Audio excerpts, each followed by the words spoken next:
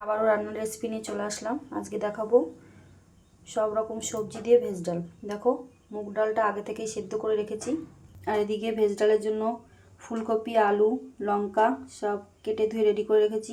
এদিকে মটরশুঁটি বেছে রেখেছি ধুয়ে, দেখো। আর এদিকে গাজর, টমেটো, আর এটা বলো তো কী দিয়েছি, অন্যরকম। এটা হচ্ছে সিম দিয়েছি, যেহেতু বিনস নেই তাই বিনসের বদলে সিম দিলাম। নতুন তো খাওয়া, তাহলে এবার দেখিয়ে দিলাম। আর টমেটো কেটে নিয়েছি, দেখো। এদিকে এবার কড়াইটা গরম হয়ে গেছে, এবার তেল দিয়ে দেবো। সর্ষের তেল দিয়ে দিলাম, আপনারা চাইলে সাদা তেলও করতে পারেন, আমি সর্ষের তেলটাই দিচ্ছি। এবার সব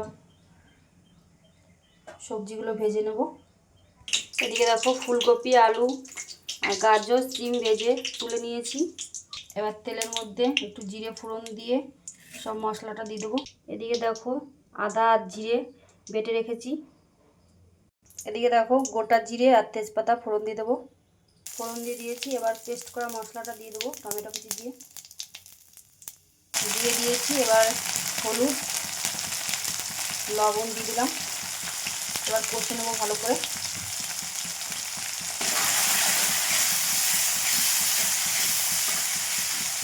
সামান্য একটু জল দিয়ে দেবো,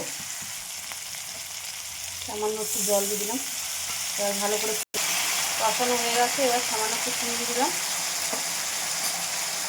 এবার মটরশুঁটিগুলো দিয়ে দিলাম। এবার ভেজে রাখা ফুলকপি আর এগুলো সব দিয়ে দিলাম। এবার ডালটাও দিয়ে দিলাম।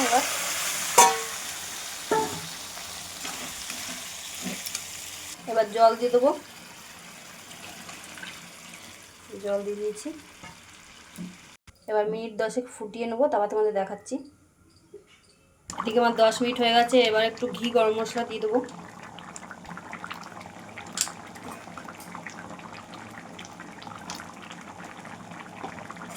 তাহলে আমার ভেজ ডালটা হয়ে গেছে, এবার নামিয়ে নেবো। আমার রান্নার রেসিপি তোমাদের ভালো লাগলে অবশ্যই লাইক, কমেন্ট করে সাবস্ক্রাইব করে বলবে কেমন হয়েছে, অবশ্যই বলবে। আমি আমার মতো বাঙালিয়ানা ভেজ ডাল করলাম, আপনারা চাইলে অন্যভাবে করতে পারেন, অনেক রকমভাবেই করা যায়। এবার দুটো কাজু কিশমিশ দিয়ে দেবো এর মধ্যে, দিয়ে দিলাম।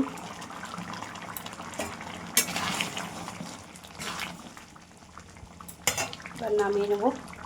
নামিয়ে নিয়েছি কমপ্লিট পুরো। তাহলে আমার রান্নার রেসিপি তোমাদের কেমন লাগলো অবশ্যই বলবে। তাহলে আজকের রেসিপি এই পর্যন্ত, কালকে আবারও কোনো রেসিপি নিয়ে তোমাদের সামনে আসবো। সবাই ভালো থাকবেন, টাটা।